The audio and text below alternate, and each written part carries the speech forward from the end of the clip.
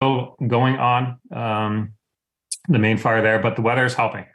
I've asked our teams to make sure they continue to work very closely with the municipalities of Shelburne and Barrington. I'm happy to see the wardens here today. I was happy to see them yesterday, but they're working on a plan to help you see your homes and provide information to you. That's happening in real time. This is all very positive. I also want people to know that the opening of the 103 is a priority. When it is safe to open, the highway will open. Staff have been running through to assess the condition of the road and any possible safety issues. There's still been a lot of gear and contractors on the road that we're building fire breaks, and we're making access for the firefighting teams. So when it is safe, the road will be open. That is a priority. And I understand that road could open as early with escorted traffic as early as tomorrow morning. So, but I want you to know that's a main priority. We understand that's important. It'll be a very positive thing to get that Highway 103 back opened. And overall across the province, the change in the weather and the change in the overall fire situation mean that we can lift the ban on activity and travel in the woods. This is very positive. I know this ban has had an impact on many people, and I want to thank Nova Scotians for doing their part to respect the ban and keep the province safe. So, effective at 12:01 tonight, the travel ban will be lifted, except of course for evacuated areas. We must continue to respect the evacuation orders, but that's a good thing to know that that's being lifted. So. But I'm also pleading with anyone who's going into the woods, don't be stupid. Be safe, be fire smart. Don't flick a dart. Don't have a bonfire. Don't do something that could start a fire. Be responsible and be mindful of the conditions across the province. So when the fire ban can be lifted, it will be lifted. We're just not there yet, but we can lift the travel ban. Anyone who continues to who chooses to ignore the fire ban, the $25,000 fine is still in effect, and tickets will continue to be issued. So respect the fire ban. Be smart. Be smart as we move forward. We're a changed province after these fires in many ways. Emotional scars run deep and will take time. The financial scars run deep and will take time. But I've been so impressed by the blue noser spirit that has been shining through. Communities helping communities, just seeing people step up has been such a good thing. And there's more work to be done, but we're moving in the right direction. Thanks, Heather. Thanks, everyone. Important information. Thank you, Premier. Now, allow me to introduce His Worship, Mayor Mike Savage of the Halifax Regional Municipality. Go ahead, Mayor. Thank you very much, Heather, Premier, ladies and gentlemen. I'm pleased to be here. I am joined by our Director of Emergency Management, Erica Fleck, who I'm going to ask she has a couple of words to say when I'm finished, if that's okay, as well as, of course, answering questions. I want to thank everybody for joining us today and thank the province for hosting this press conference again. While we are concerned about our fellow Nova Scotians in places like Shelburne and Barrington and others, I'm pleased to say that the Tantallon wildfire is officially under control. Now that means that they're contained, but and not expected to move, but the fires are not still all out. Firefighters, both career and volunteer, from HRM, DND, and others, and so many jurisdictions that joined the fight against these fires have been doing extraordinary work. And as I was mentioning to the Premier early today when we chatted, it is so heartening to see the incredible cooperation between all the orders of government, D&D, and others. And I want to thank those other volunteer fire departments who've sent assistance. Mother Nature deserves some thanks as well. We have all learned just how much we are at the whim of Mother Nature. Many of us have never followed the rain forecast and particularly the wind forecast as much. So thank you, Bob Robichaud, for giving us a break. Halifax Fire will have a briefing at 5 o'clock and they can tell you more. While we're moving to the recovery phase, the needs, while different, are certainly still urgent for us. I want to thank the more than 16,000 residents who have cooperated with mandatory evacuations. The terrible uncertainty of when they can go back to their homes and what awaits them when they get there. We're making good progress on shrinking the evacuation zone, We heard the emergency alert just about 10 minutes before this press conference began, letting people know that they can move back into their homes in some areas. If you are returning to your home, please be prepared to stop at a checkpoint. You will have to show identification. In addition to those who've lost their homes, thousands of their neighbors in the most heavily impacted areas remain under an evacuation order. We know they want to go home. HRM is working with partners, including Nova Scotia Power, the Nova Scotia Department of Environment, Halifax Water, RCMP, and Public Health to assess these neighborhoods for hazards that could include things like contaminated drinking water or soil, air quality issues, smoke damage, power hazards, and other dangers, for example, debris. It's not easy to tell people this, but you must be prepared to be out for a number of days yet in those areas. For those who've lost their homes, please know that additional work will be undertaken to address hazards on your properties before you gain access. It's a devastating thing to lose a home, and we will work with the province, the feds, and anybody else toward disaster relief and housing options. Erica will speak just a little bit about the return to the evacuation areas and what to do when you get there. I will also say that we recognize that we have to adjust our solid waste schedule for things like spoiled food and other things. So we are taking extra measures for that. You can check that on the website. It's been interesting. We have exercised our powers during the state of local emergency to build 2 permanent gravel-gated emergency exits on municipal land to provide additional travel options in the case of an emergency. A clearing from the Haliburton Hills subdivision to connect Buckingham Drive to Highway 103, that's under construction, and a clearing from the Highland Park subdivision from the end of Sylvania Terrace to Hammonds Plains Road. Construction will begin in the coming days.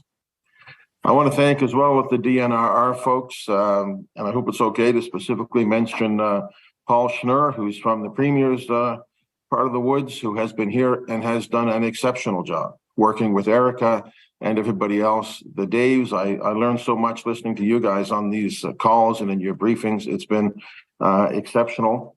I want to thank D&D. So, you will see that Canadian Armed Forces are in the municipality, but they are being sent to other areas, to Shelburne, Barrington, and areas like that. But D&D has been very helpful to us over the last week. And the last word from me, I want to thank, a number of elected officials who have been getting calls and have been trying to assist their constituents. In particular, Councillor Pam Lovelace, who has been doing remarkable work, trying to connect people, trying to get information, and trying to be as honest and forthright as she can be. Lisa Blackburn, Tim Outfit, many others. Similarly, we have had visits at the EOC from Ben Jessam, Lena Diab, Ian Rankin's been in constant touch. Minister Steve Craig, of course, has been all over this as well. Just want people to understand that decisions about evacuations and safety issues, while politicians are ultimately responsible, we take the advice and we follow the direction of those who know exactly what they're doing. I've said before, don't call me if you're looking to get back into your home, because I'll just listen to the experts. And the same goes for people like Pam, who has been getting many, many calls. So thank you, Pam Lovelace. Everybody's trying to do their best. It's all hands on deck. Erica, could you just say a couple of words about the relaxation of evacuation? And then if people have questions, we'll answer them as well. Thank you all very much. Erica? Thank you, Mr. Mayor. Good afternoon, everybody. So I just want to say that, as the Mayor mentioned, we're trying to get people home as quick as possible, but we also have to make sure that it's done safely.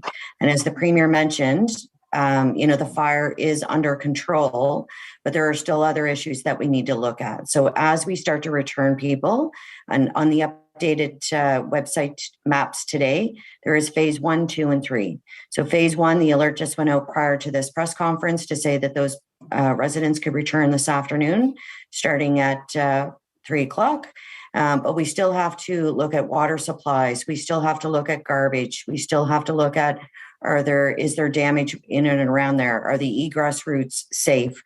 So all of those things that we need to look at. So even though from a fire perspective, it may be safe, we also have to look at all the other concerns. We're working very closely, as the Mayor mentioned, with Nova Scotia Environment, with our Halifax water. We do have, again, everything's updated on the website. We have potable water going out into the communities because we know that, the wells may be contaminated. So these are all the things that we need to make sure that it's safe before people get back. And we are providing security, and we'll continue to do so in neighborhoods that are not open to ensure that residents' belongings are safe. Thank you very much. Thank you, Mayor Savage and Ms. Fleck. And now we'll turn things over to Warden Eddie Nickerson with the municipality of the District of Barrington. Go ahead, sir. Thank you, Premier Houston and Mayor Savage. First, it is great to hear that the Tantallon and Hammonds Plains wildfires are now under control. I think I can speak for everyone in Shelburne County that this is the type of news that we were hoping to hear, and we are hoping to hear and receive in the days ahead for the fires in our communities. I'd like to extend my thanks to the firefighters, the contractors, businesses, community members, community organizations for continuing to work and keep our community safe.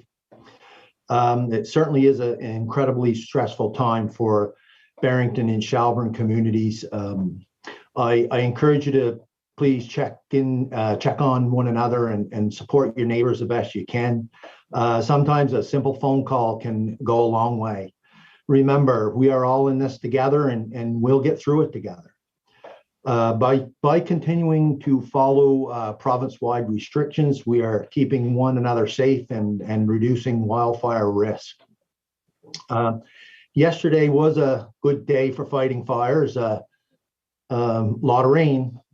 Today is another wet and cold day, and we're hopeful for an additional 65 mil of rainfall by tomorrow morning. And it was pretty nice today. So Mother Nature is working in our favor, and the additional on-the-ground resources in Shelburne County from the Canadian Armed Forces and firefighters from the United States is certainly a welcome sight to our residents and firefighting crews. An area of concern for us at this time is our construction and demolition debris disposal site on Highway 103. The municipality of Barrington, the Barrington town of Clark's Harbor EMO and industrial emergency response specialists are currently working to address an active underground fire. Additional resources are being brought in to contain the fire and mitigate any further involvement. As is the case throughout Shelburne County, residents in the area should continue to be prepared to evacuate. For those that have been evacuated, we know this can be a deeply traumatic time for you and your loved ones. There are mental health supports available to you, including mental health and addiction staff from Nova Scotia on site at the Shelburne and Barrington Comfort Centers between 9 a.m. and 5 p.m. These comfort centers will remain open to support those that have been evacuated. Barrington and Shelburne, your municipalities and communities are behind you and will support you throughout difficult times today and moving forward. Thank you. Thank you for that, Warden Nickerson. And now I'd like to introduce Warden Penny Smith for the municipality of the District of Shelburne. Thank you so much, Premier Houston, Mayor Savage, and Warden Nickerson. How wonderful it is to see the rain today. It has certainly lifted my spirits, and I hope it has for others as well. First, I need to say how incredibly proud we are of everyone living in the municipalities of Shelburne and Barrington and the surrounding communities and throughout the province. Just this morning, when I was opening up the Birchtown Community Center, a former RCMP member of the Shelburne detachment, who now works in Kingston, was waiting with a truckload of food and other supplies that was collected from his subdivision. The outpouring of support that has been shown has been overwhelming. Thanks to the generosity of Nova Scotians, acceptance of donations at the community centers and at the Department of Natural Resources and Renewable Space Camps in Shelburne County are being paused while teams take inventory of current items received. We will communicate the items that are specifically needed as soon as inventory has been taken and we know what is needed. We do remain cautiously optimistic that in the coming days, we will hear that the fires in our communities are contained. We aren't there yet, but I'm confident in the work of the firefighters and support personnel on the ground that we will get there. We received wonderful news yesterday that the mandatory and recommended evacuation orders for Lake Road and Sandy Point through to Jordan Branch Road were lifted. Those returning home should continue to stay out of the wildfire area, be mindful of first responder vehicles, and should follow the Nova Scotia government's guidelines on well water safety after a wildfire. It is vital that until an evacuation order is lifted, everyone must stay out of the evacuation zones to allow our firefighters and frontline resources to do their jobs. Those who have been evacuated, please register with the Canadian Red Cross. Registration ensures people can be contacted while away from home and can be reached with information on services and assistance that may become available to them during this difficult time. The large-scale coordinated operation between different levels of government continues to grow with additional resources. Assessors with the province are currently working to assess the status of properties and infrastructure in the impacted areas. As stated yesterday, we will be communicating with property owners in the impacted areas as soon as we do have that assessment information. We've been told that this is likely to occur on Tuesday, June 6th at the earliest, but it is important to remember that assessments take time and need to be done with safety as a top priority. With Barrington Lake being the only out-of-control fire left in the province, work is underway on planning the next steps for our communities. We are grateful for a 6-member recovery task force from the province of Alberta, who will be joining us tomorrow, Monday, June 5th, to support us with recovery measures. As a reminder, all schools in Shelburne County will remain closed Monday, June 5th and Tuesday, June 6th. To keep in the know with immediate up-to-date information, please refer to the Barrington and Town of Clark's Harbor Emergency Management Organization Facebook page, the Shelburne County East Emergency Management Facebook page, and the Government of Nova Scotia Emergency Alerts web page. As we run from the danger, our emergency responders, including our firefighters, run into it, and they risk their lives to protect the lives and property in our community. I believe we all owe them a debt that will be next to impossible to repay. Thank you.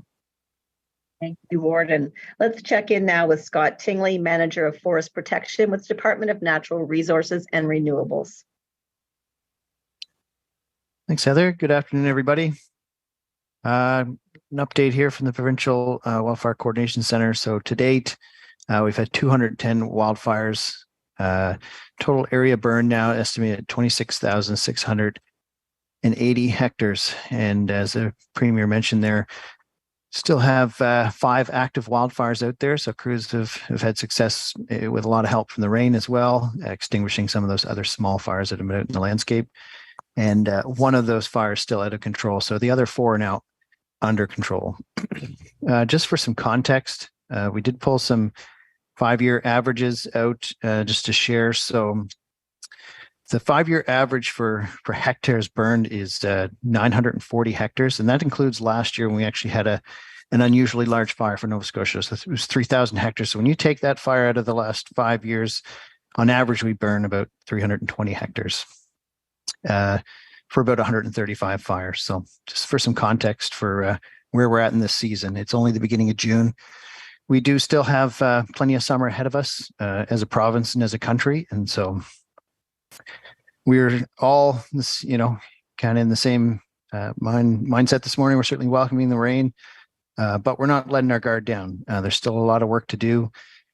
I'll echo Warden Penny Smith there. We're cautiously optimistic. Certainly going to get a big lift with the rain here, but we're still much in the planning phase of even as of yesterday receiving a crew from the U.S. We have another planned inbound tomorrow.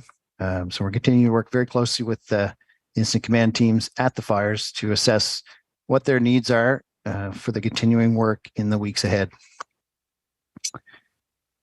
That's all I have for now, Heather. Happy to answer questions in a bit. Excellent context. Thank you, Scott. Let's check in with the first of our Daves. Dave Rockwood, Public Information Officer for Shelburne. Go ahead, Dave. Yeah, thank you very much.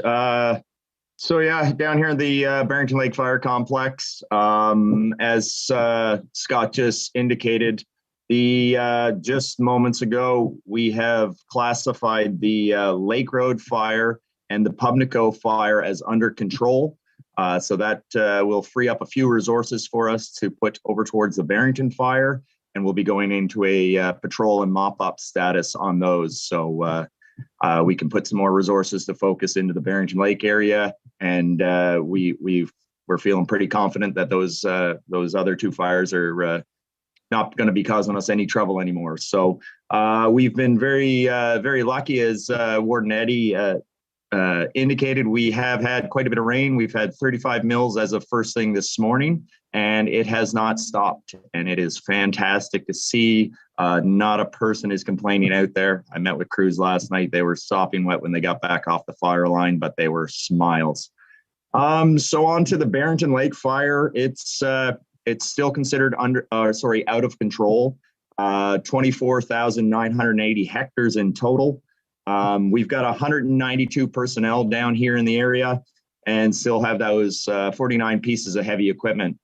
Our 4 water bombers that are on loan to us from Montana, the CL-415s, they're stationed in Greenwood for us. So if anything does come up over the next few days as it starts to warm up on us, they're there for immediate response to our location. And as well, our aircraft and a number of private aircraft are still available to us. We've had Nova Scotia Power in the area. First thing this morning, they were testing the power grids, checking for damage, making it. They're in our exclusion zone, doing the repairs they need to make sure that the power is going to be back on and ready to run, and that the infrastructure is safe. We have been working closely with the Department of Public Works down here. They've been inspecting the highway, inspecting the side roads, making sure plastic culverts haven't burnt out and melted, compromising the highway. We do have that burnt bridge on the Port Clyde Road that will be barricaded off, but I have been informed that soon enough they will. They're hoping in the next week or so that they will actually have a temporary structure in place for that to link up that roadway. Before I go any further, I want to thank all the firefighters, the local municipality, all the cooperation down here. And I want to put a big shout out to all the contractors that brought in the heavy iron, all the forestry contractors that came out. They've walked away from the work they had. They walked away from jobs that they had ongoing. They didn't bat an eye, and they brought down, and they've been putting in long hours running machines, just right till the bitter end each night. And they should be commended for that. The next big one I want to let you guys know, the Premier hinted towards it. He thought it was coming soon. Since we've started this broadcast, I've got a text message in, and I want to just announce this. So as of 10 o'clock tomorrow morning, firefighters, we've secured the 103 corridor, and it is safe for vehicles to pass through. So at this time, there will be no access off of the 103, and those areas will be restricted to the public until firefighters can confirm they are safe. And there will be pilot vehicles with escort vehicles through the fire area from one side to the other to ensure their safety. So that's a big one down here. There's a lot of business, a lot of industry down here, and a lot of just people in general rely on that road. And we're really happy that 10 o'clock tomorrow morning, that's going to be open and running. So we're getting back to where those little wins that we've been looking for every day this week. It's been a tough week down here. And so we're moving forward, and we want to thank everybody. We're hoping, as Warden Eddie had alluded to, we're hoping that the rain just keeps on coming. Not one of us is concerned or worried about being wet. And we're hoping to top out by tomorrow morning at about 65 millimeters total over the last 48 hours. Good news. Thanks for that, Dave. Let's go check in with the other Dave, Dave Steeves, Public Information Officer for Tantallon. Go ahead. Good afternoon. Just a quick update on the Tantallon fire. So our final measurement is 950 hectares. We are 100% contained and the situation is under control. That being said, this fire is not extinguished. There is still an extensive amount of work for our firefighters left to do. This is a very labor-intensive process to actually call this fire out. And given the many variables that our men and women on the ground face this week, we're going to take every measure possible to ensure that this is extinguished. So declaring this fire out will likely take some time yet, and it won't be done until our command team on the ground is fully satisfied with the situation. Some of the resources that we have on site for today, we have over 30 firefighters from HRM, with 9 apparatus, 40 Department of Natural Resources and Renewable staff, excuse me, as well as we still have 3 excavators on site, and they are continuing to work and shore up some of the guards that we do have in our area. Our main objective for today was to go out there and continue to extinguish all hotspots around the homes in the area. So our firefighters are actually going property to property and ensuring that there are no issues and doing their very best to pick out any possible areas of concern. Like I said before, things are wet, but just because they're wet does not mean that we are totally finished in this endeavor. We are very, very pleased with the work that the men and women up here have been able to do this week. This has been the longest 7 days of many people's lives up here, and I want to take an opportunity to thank all of the businesses, our partnering agencies. Like Rockwood said, the contractors up here have been absolutely fantastic. People from all across the province have put their life on hold to come to the aid of other communities, and that is the Nova Scotia spirit. So on behalf of the Incident Command team up here, I would like to extend my sincere gratitude to all the people involved. And thank you very much. Thanks for that, Dave. And finally, let's check in with Bob Robichaud for an update on the weather. Are you going to make Dave Rockwood's wish come true, Bob? Well, it's looking positive, Heather. Thank you. Just before my comments here, en français encore une fois, je vais faire mes commentaires en anglais, mais s'il y a des questions en français, je peux prendre les questions en français. So conditions continue to look very positive here over the next 24 to 48 hours. Across the province today, we're still in that cool, damp, moist northeasterly flow. That's really giving temperatures way below normal, temperatures between 9 and 12 degrees as we speak. That will continue over the next 12 to 24 hours. We had some rain, as Dave Rockwood mentioned, continuing in the western part of the province.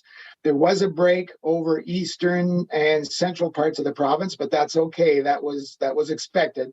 What we're seeing is the rain continuing to move in an easterly direction, so it should spread across most of the province over the next few hours.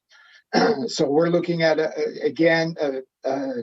light to moderate soaking rain across most of mainland Nova Scotia. There were a few lightning strikes offshore earlier today, and don't be surprised if tonight or into tomorrow we could see a few rumbles of thunder, but that will bring in additional rain as well. Again, looking beyond Monday into Tuesday, still looking at some rain by about Tuesday. That rain will start to get a little bit more scattered, but continue on in showers, small pockets of rain into the middle part of the week. If we're looking at total rainfall between now and Thursday afternoon, most of the models, in fact, are indicating anywhere from 60 to 80 additional millimeters of rainfall. So that's on top of what's already fallen right now. Looking at some of the rain gauges in the western end of Halifax, near the Tantallon area, we're looking at anywhere from 40 to 50 millimeters that have fallen so far. And in terms of down in Shelburne County, our weather station, as of just about an hour ago, indicated about 43, 44 millimeters. So that's on top. That's an updated rainfall for that area. So again, looking at very positive conditions in terms of the rain over the next few days. Looking at air quality, again, that's also improved. We've ended our air quality special weather statement for the Halifax area. It is now restricted to the southwestern tip of the province, where that remains in effect right now, but that is currently under review. So that's it for the weather. Heather, back over to you. If you had told me a week ago cold and rainy would be my favorite weather forecast, I wouldn't have believed you. I'm a changed person. Okay, now let's go to questions from media who are participating online. We've got quite a few participants, so we'll try to move through as many as we can in the time we have available. We'll stick with that one question, one follow-up format. And if you could indicate who your question's for, that would be a great help. We'll start things off with Sarah Plowman with CTV. Thanks very much, everyone. This is for Premier Houston and possibly DNRR as well. I've been hearing from a lot of residents down in the Shelburne area who are frustrated that help didn't arrive earlier. And so I wanted to ask you this. When was outside help to fight this fire asked for? Who did you ask? And what was the answer that you received? Thanks very much. I mean, look, help was asked for as soon as help was needed to be asked for. I mean, when you think about this fire started, and DNRR would know specifically, but it was initially started. It was contained, so they had containment of this fire, and then the weather changed. The winds came up. People remember very windy, and the fire kind of started up again. So I know there are some. There's some chatter, especially around social media. We spoke to this earlier in the week. I find that type of chatter pretty disappointing. I mean, if you look at the quality of the firefighting teams we have here in this province, and the response that we deliver, over 208 fires so far this season. The response is spectacular. These guys at DNRR and the volunteer firefighters and the people who respond, they give it their all. So when there's help needed, it's given. If they ask for a fire ban, okay. To restrict travel in the woods, no problem. We ask for help as it's needed, as quickly as it's needed. So, I mean, the province had significant fires at the same time. That put incredible pressure on people. So and the other thing that I want you to know, Sarah, is that the mutual aid system across the country, the Canadian network, these folks across the country, they meet every single day and talk about what's happening in provinces. So even if there's not a fire in Nova Scotia today, still meeting with the mutual aid people across the country and talking about what resources might be available, what needs are. That's why earlier in the week, people were asking, well, why was there 20 Nova Scotia firefighters up in the Northwest Territories? Well, the reason is because they needed them. And we had that capacity at that time, so we sent it up there. And we needed it back, we got it back. We needed bombers from Newfoundland, we got them. Those bombers were on site within 24 hours, I believe. We needed bombers from New Brunswick, we got them. They were happy to share them. Hose from Ontario, truckload arrived. Firefighters from across the country were responding. So I can't state enough how disappointing it is for this type of a narrative to be kind of festered through social media, through mainstream media, wherever it is, when you have people that are working so hard to respond to these fires. And I will tell you, every resource that they need, they ask for. And every resource that they ask for, we try to get as a province, but the mutual aid system across the country is always talking to each other. So the question, your three questions, the answers are: when was help needed? As soon as it was needed, it was asked for. When did it come? As soon as it could come, it came. So that's a remarkable fire, and the response has been spectacular.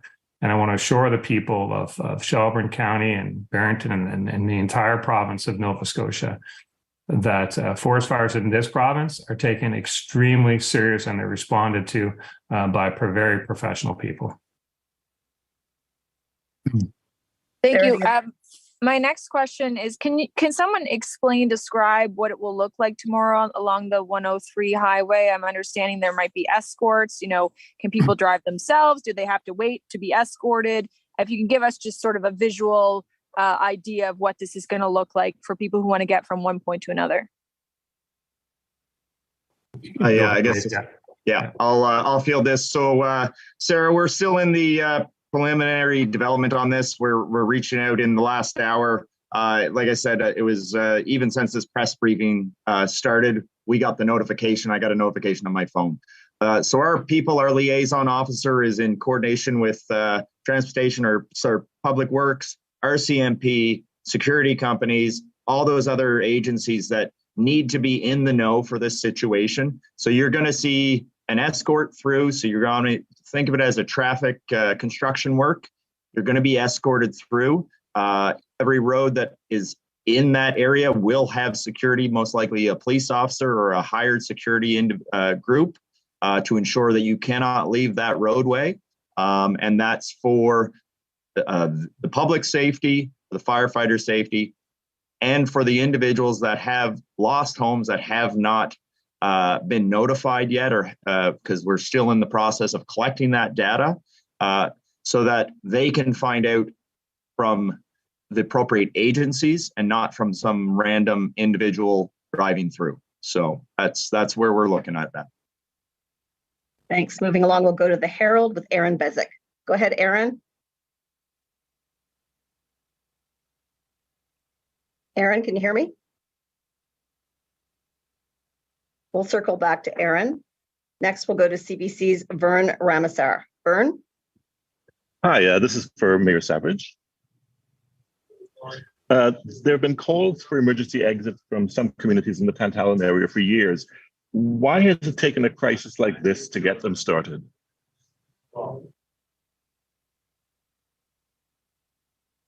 Well, as you heard me indicate in my comments, we are looking at putting some exits through to the highway for more egress for communities. Our planning and development processes now include public safety as a priority in terms of getting people in and out of developments. And the number of these communities which have been in place for a long time probably need more support than they have in terms of getting out. We're just very glad that nobody was hurt. We don't think that anybody was killed. There's no reports of that. And every development that we now look at is very much connected with our fire and emergency preparedness officials to make sure that we have the enough ways to get in and out of all of our communities. Go ahead with your follow-up, Vern. I'm just wondering, but has the issue been brought up before Council?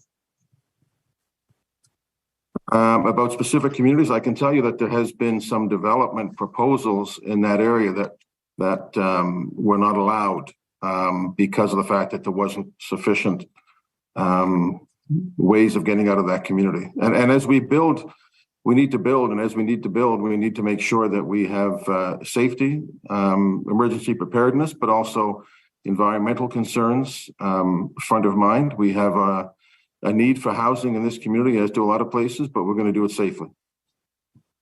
Moving along, we'll go to Acadia Broadcasting, Joe Thompson. Joe? Hi there. My question is for Mayor Savage as well. You mentioned earlier in your remarks that you're discussing housing relief options with the federal government and provincial government. I'm wondering in what form those relief options will take and how soon victims can expect that information to be put out. So, as you know, there's 151 people who are out of their home that are going to need, some assistance in order to get some. By assistance, I mean they're going to need to rebuild their homes. There's other people who are not going to be in their home in the short term. By short term, it could be 1 to 2 weeks who are in the evacuated area. And so, as I mentioned before, I've talked to Minister Laura. I know that I think the Premier has been involved in some of these discussions as well. We're going to work together to provide those opportunities for people. And I think it's going to be led by the province, but the city is going to be very much part of it. And we want to make sure that people have places to go. That's the bottom line. As we turn from fighting the fire, and I'm coming to you from my office for the first time since a week ago, then those are the kind of issues that we need to look at, and as well as making sure that it's a safe environment for people to go back into. We're going to have to take a look at where people are going to live, and keep in mind also that there's close to 1,000 people on a list who don't have appropriate housing right now, and they can't get lost in that discussion either. Go ahead with your follow-up, Joe. Thank you. My follow-up is actually more of a technical question that perhaps one of the Daves might be able to answer. I'm wondering specifically with the Shelburne fire, on Friday, I know it was hovering around 21,000 hectares, and it's obviously grown since then to just under 25,000. How does a fire manage to grow like that, even through a day of sustained rain like we had yesterday? Well, we haven't had any growth since the rain. So the growth was the evening before. We had a pretty well a 180-degree wind shift. So it shift from the coming out of the southwest, I believe it was, and then it kind of went counterclockwise around. So you can take it as almost if you had a hair dryer or a leaf blower on your fire pit, and it would come around like this, and the wind would increase throughout the time of the wind shift. So that started at 3 o'clock and it didn't end until 9 o'clock. So you can imagine it moved around on that northern boundary where we haven't been able to get crews in. It was just too far back into the woods. There was no access. Our aircraft were tied up with water bombing operations. You're going to get growth. That tied in with the winds, the low relative humidity, and the high temperatures. It's going to grow. Those are your three big factors that make fire grow in the woods: is your wind, your temperature, and your relative humidity. And when the higher the wind, the higher the temperature, and the lower the relative humidity, the more likely you're going to be in a extreme fire behavior situation. The longer it is since rain, the worse off you're going to be. And then there's other factors in there as well, but we're not going to get into that today. Thanks for that, Dave. We'll check in with Aaron at the Herald. Aaron, are you there?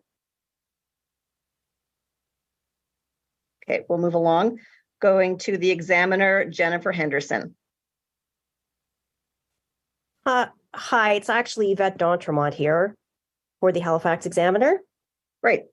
This message is, the first question I have is actually for Mayor Savage. I know Erica mentioned the potable water, and I was just wondering that as people begin moving back to neighborhoods where those private wells may need to be tested for contaminants, what's the status of your request to Ottawa for portable potable drinking water trailers? I'm going to let maybe Erica, do you want to just speak to that? Absolutely, Mr. Mayor. So the federal government said that we could use some heavy urban search and rescue funding for the purchase of the potable water trailers. So we're working on that. We've been working on that for a couple of days and hope to have them in place in the next upcoming days. And if I could, I would also just say that the things that we require from Ottawa are not just relative to this fire in all cases. We have to be prepared. It is June the 4th. And with climate changing, we're going to need things like brush trucks and things like that on a more regular basis. So we will continue to have those conversations, and we appreciate the help we've been given. But I think we all understand at every fire department that the nature of fighting fires is changing, and it's going to have to be accelerated. Go ahead with your follow-up, Yvette. Yes, my follow-up is for the Premier. I'm just wondering if you happen to have any idea of if or when schools that were closed in the Sackville, Hammonds Plains, Tantallon area will be reopening to students. No, sorry, I don't have that information right now, but happy to chat with the department and get you something back on that as soon as we can. Perfect. Thank you very much. Sorry. Let's go to Reuters with Narita Balu. Narita?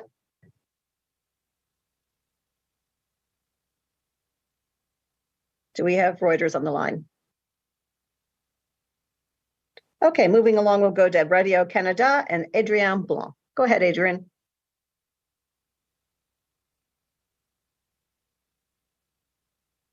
Is it me? Okay, then we'll check in with CTV Stephen Wenzel. Great, thank you. I understand it's very early to say how much damage has been caused by the wildfires in Nova Scotia. We know that post-tropical storm Fiona caused $660 million in insured damages. Do you have an estimate of when it comes to the damage done in Tantallon? Are we talking tens of millions, hundreds of millions?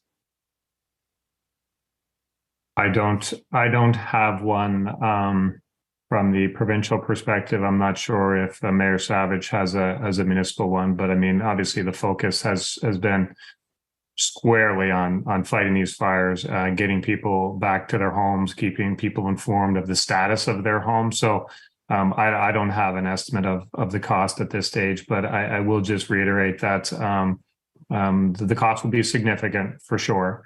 And then some of that cost will be insured through people's own insurance policies. Some of it will be, we'll be looking as a province and with the municipalities to making a claim under the federal program, the Disaster Financial Assistance Program. So you'll have a number, and some of it will be insured, and some of it won't be insured. But so far right now, the focus has been on keeping people safe and preserving structures, and anytime somebody has asked for a resource, whether it's renting water bombers from Montana or purchasing supplies for firefighters, the answer has been yes. I mean, we're right in the middle of the crisis. The focus is on fighting the fires. That's the focus. The financial impact, we'll sort that out. We'll understand that, and we'll deal with that. But right now, it's preservation of life and property. So I would say, sorry, can I just speak, Heather, just very briefly, very similar to what the Premier said. The cost has not been the major factor in any way. Whatever's been needed to be done, we have done, and we will do that. Our exceptional CIO, Kathy O'Toole, Jerry Blackwood in finance, Billy Moore in community safety, Erica, who's on this call, who's a superstar. We've been focused on keeping people alive and protecting property. There will be a cost, and people are turning their heads to that right now. I just don't know what it is. Go ahead with your follow-up, Stephen. Thank you. So these wildfires have taken a lot out of our firefighters. It's only June 4th, and we've seen more wildfires in the province than in all of 2022.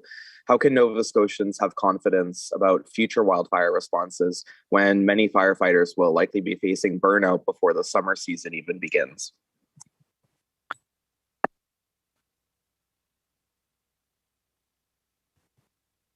Happy to. Scott, did you want to jump in on that one, or one of the Daves? But I would tell you that I have complete faith in our firefighting service. I would never question it for 1 second. And I think that it's important. I think it speaks to your question of this year so far, 208 fires. And I think if you asked most Nova Scotians how many forest fires they thought there'd been this year, they wouldn't be saying anything probably over 50 or 40, or let alone 100, let alone 200. And that's because even though they may be out of sight most of the time, we have 3 of them that are in sight on these calls with the Scott and the 2 Daves. But I can tell you there's an incredibly talented team there who just go to work and fight these fires, and they do it every single year. And I have complete faith that they'll be there when they're needed right now. But I don't know if Scott wanted to speak specifically to the resources. Sure. Thanks, Premier. I'll just add a bit there.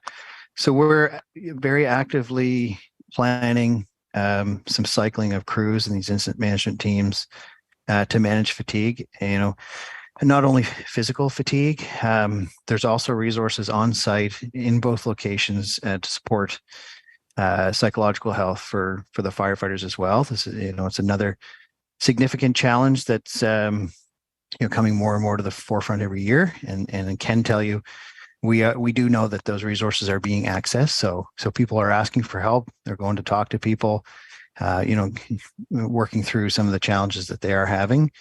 The physical fatigue, certainly, crews are prepared to put in the long days and the many days in a row. That's the nature of wildland firefighting. And of course, if we need help again, we'll ask for it, and we'll get it from our friends and partners across the country and around the world. But I, Heather, just say too, from a municipal point of view, that Chief Stubing, Dave Meldrum, who people have met this week, and Roy Hollett and other professionals who've worked so well with all of these folks. We do have an exceptional firefighting crew. I had a chance yesterday, the Atlantic Association of Firefighting Professionals had their meeting in Halifax, coincidentally, and I had a chance to go over and talk to some of these folks. We need to make sure we take care of them, their physical needs, if there's any issues that come about because of what they've seen, any trauma, then we need to make sure that we deal with those. And but I have great confidence too in the people that are working in Halifax Fire. And I got to say, we're used to structure fires and sort of the Halifax Fire Department. The wildfires, we look to our friends, but our guys did exceptional work along with DNR and D&D and others. It's been a remarkable response, and we open our hearts to them. Thanks. I see Adrian Blanc was able to rejoin, so we'll quickly check in with Adrian, and then we'll have to wrap things. Yes, sorry for the technical issue. My question is for Bob Robichaud in French. Monsieur Robichaud, est-ce que vous confirmez que la situation reste optimale pour lutter contre les feux de forêt? Je crois que vous aviez dit ça lors d'un précédent briefing, qu'avec le montant de pluie, c'était parfait pour le feu. Oui, absolument. On a vu des quantités de pluie là, qui ont atteint les 40 à 80 mm durant les derniers 2 jours. La pluie va se continuer au cours de la nuit, ainsi que durant la journée de lundi et même mardi matin.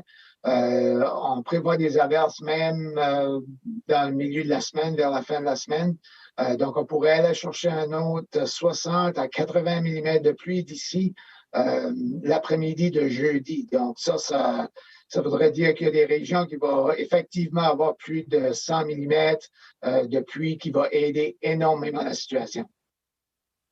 Your follow-up, Adrian? Oui, concernant la qualité de l'air, où en est-on maintenant? Oui, avec les vents du nord-est qu'on voit présentement, la qualité de l'air, ça s'est amélioré énormément sur le gros de la province. Il y a encore une petite partie au sud-ouest des feux, dans le sud-ouest de la Nouvelle-Écosse. Donc, on a encore un bulletin pour ces régions-là, pour le comté de Shelburne et de Yarmouth. Mais la situation est beaucoup mieux qu'elle était durant les derniers jours. And that's all the time we have today. I want to thank everyone for taking this time to share this valuable information with Nova Scotians. Take care and be safe out there. Thank you. Thank you, Heather. Thanks, Heather.